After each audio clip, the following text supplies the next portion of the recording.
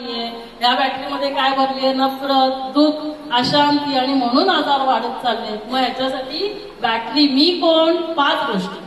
जसं तुम्हाला आता लिहायला सांगितलं, तुझा परिचय लिह, सांगितलं कौशल्याला आणि प्रमिलाला की परिचय, तर काय लिहिणार, पहिलं नाव लिहिणार, मग काय लिहिणार, फोटो लावाल, मग तुम्ही लिहाल 12वी पास, काय कोणी ग्रॅज्युएशन ते लिहाल, मग लिहाल आशा ताई, अंगणवाडी ताई, आणि राहते कुठे, हा परिचय आहे ना. मग माझा आत्म्याचा परिचय काय, मी कोण आहे, मी आत्मा आहे.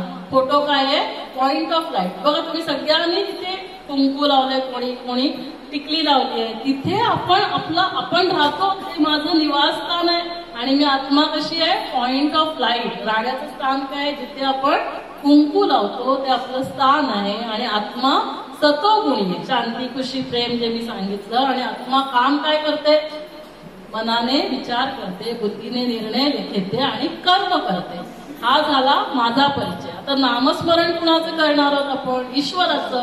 मग ईश्वराचा परिचय काय आहे, 5 गोष्टी. ईश्वराचा परिचय 5 गोष्टींमध्ये काय, वेगवेगळं नाव देऊ शकता. कोणी त्याला ईश्वर बोलेल, परमात्मा बोलेल, वायगुरु बोलेल, अल्लाह बोलेल, काही बोलेल, नाव वेगवेगळं. जसं आता मला माझी मुलं काय म्हणणार, मॅडम बोलते का, आई बोलते, आई माझी काय बोलेल, माझ्या नावाने, शुभदा नावाने बोलेल. पण एकच व्यक्ती नाही की डॉक्टर शुभदाने वेगळ्या, आई वेगळी आणि मुलगी वेगळी, फक्त रोल वेगवेगळा, नावं वेगवेगळी आहे.